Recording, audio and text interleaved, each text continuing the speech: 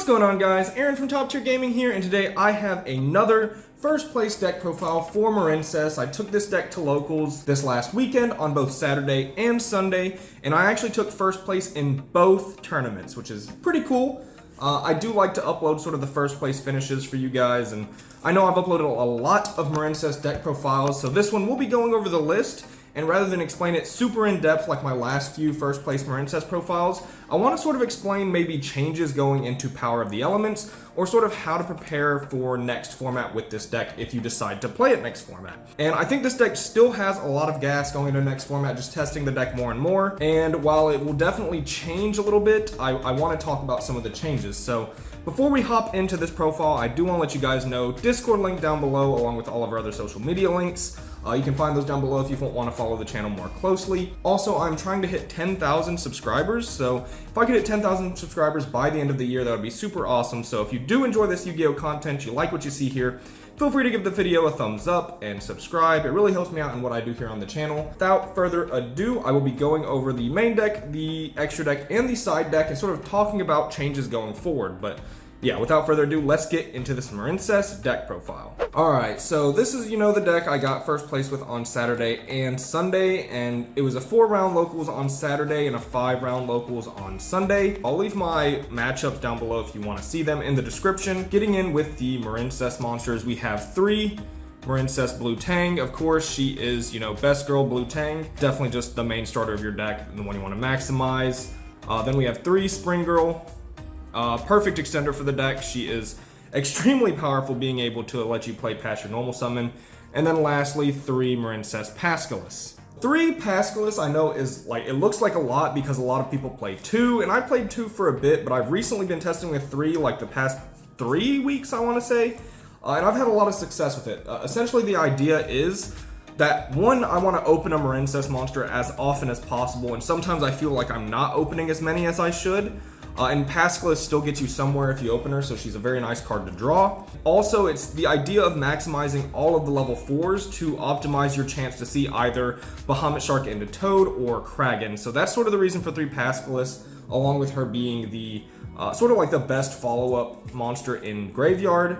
So yeah, 3 Pascalis is a lot, and going into Power of the Elements, I may take one out for more flex spots, but it just depends on how many more DD Crow, essentially, I think I want to run. But yeah, maximizing all the level 4 Marincess, and that is 9 of them. And then going on into the next Marincess monster, we have the 3 Marincess Seahorse.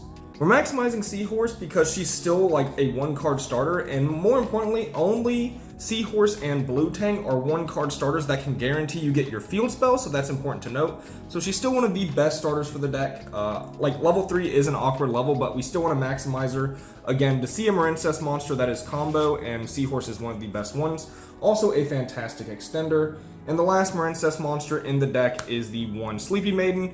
She is mandatory because of her effect in Graveyard. Blue Tang is going to be sending this card most of the time for you. She's absolutely mandatory in the deck because she can equip links without getting field spell, which means you can get dive, which is insane. Sleepy Maiden is also really cool to sort of play around Ghost Ogre. Next up we have the 2 Silent Sea Nettle. Silent Sea Nettle, I actually don't think I drew it either Saturday or Sunday, which is pretty wild. Maybe I drew it once or twice all 9 rounds of tournament, which is funny. In previous tournaments I've absolutely loved this card, but him not coming up, I don't know. I still like him as an extender, and he really helps you make a lot of 3-card combo Bahamut Sharks early before Summon 5.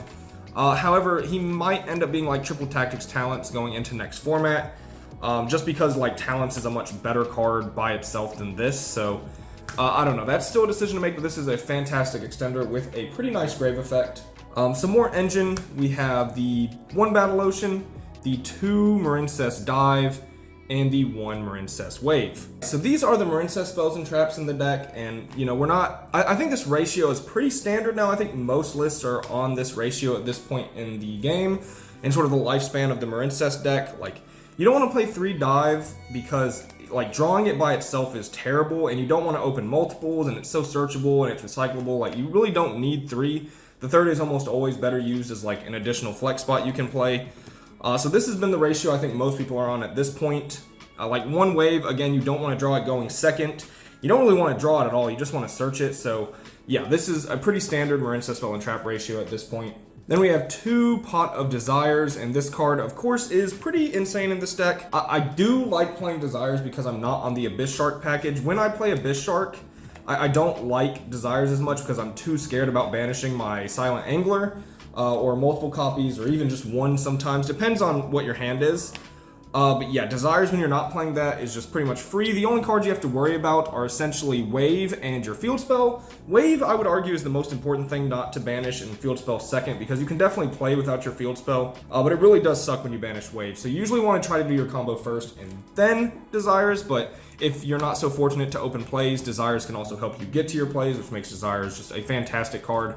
But like 99% of the time, you don't really care about your banishes in this deck. Triple Signet Mining, this is pretty self-explanatory because obviously we're all Cybursts. We want to see a Marincess card as often as possible, and Signet Mining just helps you see a Marincess monster, and it's also really nice because it discards, which you're not gaining any inherent benefits off discarding a monster like you do in a deck like Salamangreat, where Gazelle can then special summon. But it really helps in like situations where your normal summon gets like banished off Mirror Jade or booked off Snow, and then you can discard a Marincess and add Spring Girl and then keep playing. So that's where the discard comes up the most. But yeah, you just want to maximize seeing a starter, so we're on 3 Signet. And then we have the 1 Called by the Grave, the 1 Monster Reborn, and the 1 Cosmic Cyclone.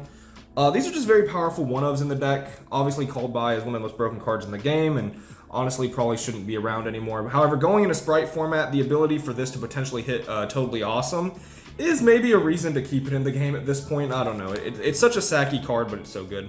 Reborn's a fantastic extender that is like one of the strongest through Nibiru, so definitely like the Reborn. And Cosmic, well, it's a really good card. It's the out to Mystic Mine, essentially. I might actually swap it for a Signet Crosswipe, I think it's called. It's a card I have little testing with. I mean, I've seen it played with. I tested it like on paper and like just test hands on Dueling Book, and it seems really good. The issue is that like sometimes tributing a Cyberse monster can be tough to get your plays going, and like your 1-card starter hands, depending on where you need to crosswipe. However, it's like honestly just like a better card than Cosmic in the sense that it can out monsters as well. And it can do some really cool things, like when you're getting, again, snowed or mirror jaded on your normal summon, you can tribute that monster, pop one of their cards, and then extend with Spring Girl, things like that. So I think Cosmic will end up coming out for a cross swipe, but Cosmic essentially is about playing 1 out to Mystic Mine, so either Cosmic or that one. But going into next format, I think Crosswipe is pretty good as well, because if like your opponent just summons a level 2 monster, you can pop it, and then hopefully they won't have any extenders, right? So just stopping Sprite a little bit more. Hand traps and just sort of the flex spots in the deck, we have the 3 Ash Blossom and Joyous Springs, definitely a pretty standard 3 of right here. The hand traps are probably what's going to change the most going into next format, because, you know, a new format with new deck sort of calls for it. Then we have 2 Ghost Ogre, 2 Effect Veiler, and 3 Nibiru. Now, Nibiru is one of the more interesting cards in this list because I'm unsure of its efficacy next format, considering Sprite can play around it, while a lot of players have sort of been not respecting Nibiru as much because it's not as potent predicted to be in that format. They can play around Nibiru very easily, which makes it like not so good. I think Tearlament also don't really care about Nibiru at all, so Nibiru is going to be good for like the Punk Therion decks that are still around, you know, the Punk Synchro decks, the Dragon Link. It'll still be good, but I don't know if I want to main it over a card like DD Crow, essentially. So this hand trap ratio is probably going to change a little bit next format, where like, I mean, Veiler's still like a really good card, Ash is really good, Ghost Ogre is really good, but Nibiru might end up being something like DD Crow, so that time will tell for that. And then Ghost Ogre, I might actually still play the Ghost Ogres, which like I think initially some people were thinking it wouldn't be great next format because like it's okay versus Sprite. I haven't tested it enough, but I think it's pretty good versus Sprite. Like you can hit Gigantic Sprite, and you can hit like certain monsters they summon, and it can be like a choke point a little bit.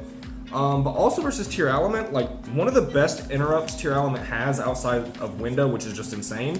One of their best interrupts is Dragostapelia, and this on Dragostapelia is insane. Like the reason it wasn't so good versus Despia was because Branded Opening could just protect it. But against like the non-Despia versions of Tearlament, this card just destroys Dragostapelia. So I think Ghost Ogre is a really good card next format as well. Lastly, we have 3 Forbidden Droplet, because this card is still insane.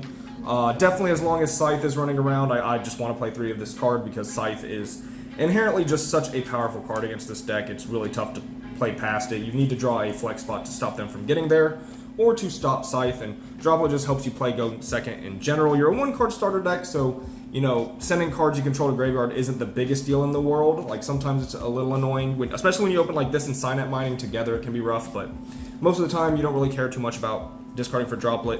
And going first when you can send like all your equipped spells from your field spell, Droplet is essentially free, so definitely playing 3 Forbidden Droplet. Alright, that's it for the main deck. Going through the extra deck fairly quickly because nothing has changed, I don't believe, and I think this is one of the most standard Marincess extra decks you can have. So we have the 2 Blue Slug, just one of your main starters, the 2 Sea Angel. I've been loving the second one. Like, there's an argument that the second one doesn't come up, and if you resolve one of them, that's kind of true. But in actual practice, you know, Sea Angel gets negated a lot, or you just find that you didn't open up any spell names, so you might need to search 2, and the second Sea Angel has been coming up a lot for me, and it's been pretty game-winning. 2 Coral Anemone, of course, you want to play as many of that as possible. You can't really fit 3, but you would if you could because she is like one of your best plays. Triangle, gotta love Soul Charge plus Search, unaffected. This card's actually insane. Marbled Rock is, of course, a mandatory play. The 1 Argonaut, the 1 Bubble Reef, and that is it for your Marincess Link monsters, very standard. Then we have the 1 Splash Mage, which comes up when you open Seahorse, and you're going for like 1-card combo, so you have to play this. Like it's pretty important to play this card. And then 1 Area, which going into next format, this card could be particularly cool because you can steal your opponent's Toads Engrave if that comes up in the Sprite matchup. And then you can also steal like Rhino Heart. So there's going to be more waters in the format, which is unusual. So I think Area is going to get a lot better. And of course, if I decide to play Triple Tactics Talent, Area gets even better at that point. Like, this is sort of mandatory if you play Tactics. And this list wasn't on Tactics, but I still really like the card just for like either stealing things or being able to search Marincess cards or getting rid of a Nibiru token if it comes to that. Next up we have the Bahamut Shark and the Totally Awesome, which of course is one of your main packages to get just an additional negate on your end board, and Toad is insane. And lastly, 1 Stealth Kraken, and this is actually one of the MVPs of the extra deck. Like, Stealth Kraken is so broken, but yeah, it's a pretty standard Marincess extra deck. They almost all look the same at this point, especially if you're not on Crystal Heart. Some people are still on it. If you want to play it, it's not like terrible. I just like maybe you take out the Area. I don't really know what you take out in this extra deck to play Crystal Heart because the extra deck is so tight. On to the side deck pretty quickly. We have the 3 DD Crow, which of course this card is sort of in here for now for respecting the Despia matchup. But going into next format, DD Crow is actually insane, and I think this card is worth main decking next format, or at least it's seeming to be the way. Because this versus Tier Elements is just, like, honestly a pretty blowout card. Like, DD Crow is insane. It's pretty good versus Sprite because you can hit either the Elf target or the Ronin Totem, depending at what point you think hitting them is best. Like, it just really depends on what interrupts they have and what you have. But it's pretty good versus Sprite. It's blowout versus Tier. My concern is that it's not amazing versus Tier Element, or I mean Dragon Link. But it's like pretty good versus the Punk stuff, and it's like not good versus Exorcister or Flunder, so it definitely has some bad matchups, which might lead me to not main it, but I think it's going to be one of the better hand traps, so might be a main deck staple next format. Then I am playing 3 Forbidden Chalice, and this card has been like overperforming in my side deck recently. This card has come up clutch. You draw it, like, if you draw Chalice and Droplet together, it's pretty insane. This is a really good card for negating, like, you could argue Imperm over this, but the things I want to negate sometimes are things like Fairy Tale Snow that come out, you know, once you've already summoned, and then, you know, Imperm isn't that great. So Chalice is really good for being able to hit things like Fairy Tale Snow, and that is why I'm sort of running it over Imperm. But yeah, Chalice has been overperforming a lot. And then we have 3 Gozen Match because, I mean, you're all water, and this card is really good this format. I think this card will still be fine to play next format in Power of the Elements, but I'm not too sure that needs more testing. I'll also consider Shadow Imprisoning Mirror as a floodgate next format.